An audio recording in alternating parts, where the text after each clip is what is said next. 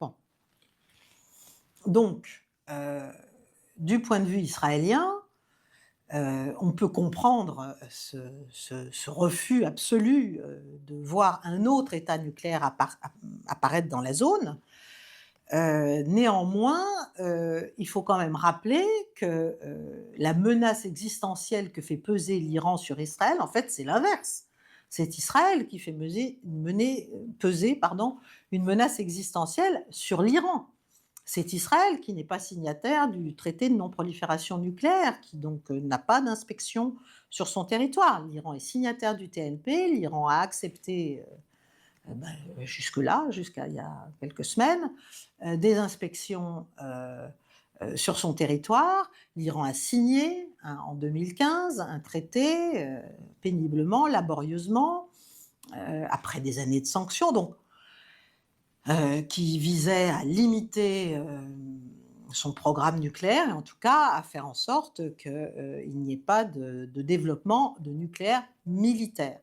Le guide suprême iranien a dit, redit, écrit, et ses ministres aussi, qu'il n'avait pas l'intention d'acquérir le nucléaire militaire. Il y avait donc des pourparlers en cours pour remettre une structure de contrainte en fait sur l'Iran contre une levée progressive des sanctions qui étouffe en fait l'économie iranienne. Donc, si vous voulez, on est quand même dans quelque chose qui est assez ahurissant du point de vue de la simple logique.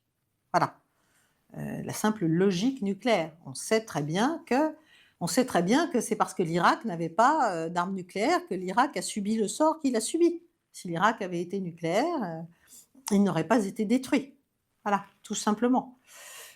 Donc, il y a une énormité là, si vous voulez, il y a un non-dit, et le non-dit, c'est qu'en fait, les puissances occidentales considèrent qu'il est légitime pour Israël d'avoir, parce qu'il est entouré d'ennemis qui veulent sa peau, mais enfin, l'Iran n'a pas attaqué de pays voisins, alors qu'Israël l'a fait, par exemple, si vous voulez. Donc, on considère qu'Israël a besoin de l'arme nucléaire et doit être seul à la détenir. Bon, voilà.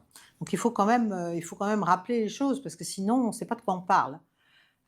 Donc tout le discours israélien sur la menace nucléaire iranienne, c'est en fait un discours hégémonique qui vise à dire mais nous devons rester les seuls à avoir cette arme nucléaire ultime face à tous les autres, ce qui nous permet de pouvoir, quand ça nous chante en fait, attaquer nos voisins sans craindre une riposte ou voilà.